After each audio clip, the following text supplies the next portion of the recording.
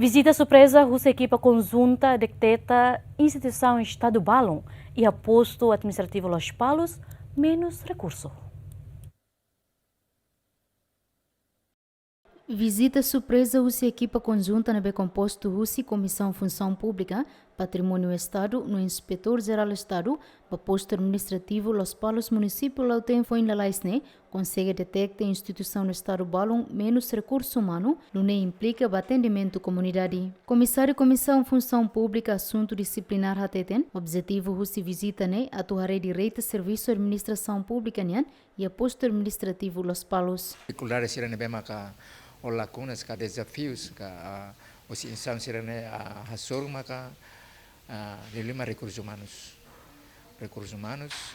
no facilidade, equipamentos, irene maka sei menos transporte, sei menos para atu suportava atividade sira hutu ia município lá temnian. Facilitaremos la suficiente depois a construção, mas edifícios lá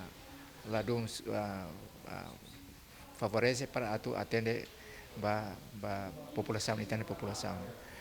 Também será facilitar menos teona, recursos humanos menos, impacto idane maka husi comunidade será husi mai ou em população ba antrito para estrada. Relaciona menos funcionário na instituição no Estado Balon enfrenta, presidente da autoridade município Lauten reconhece, serviço administração unia e posto administrativo né menos funcionário, numa parte apresenta ona ba comissão revisão orçamento, mas bela passa.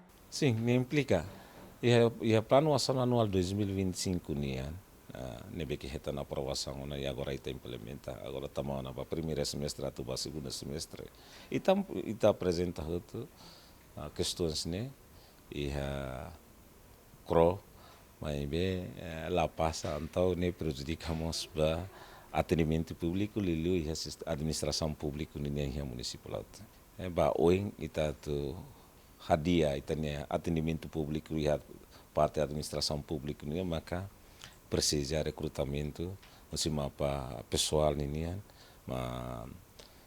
planeamento de recursos humanos para recrutar funcionário para poder atender a administração pública, poder atendimento público bele lá a nível área rural.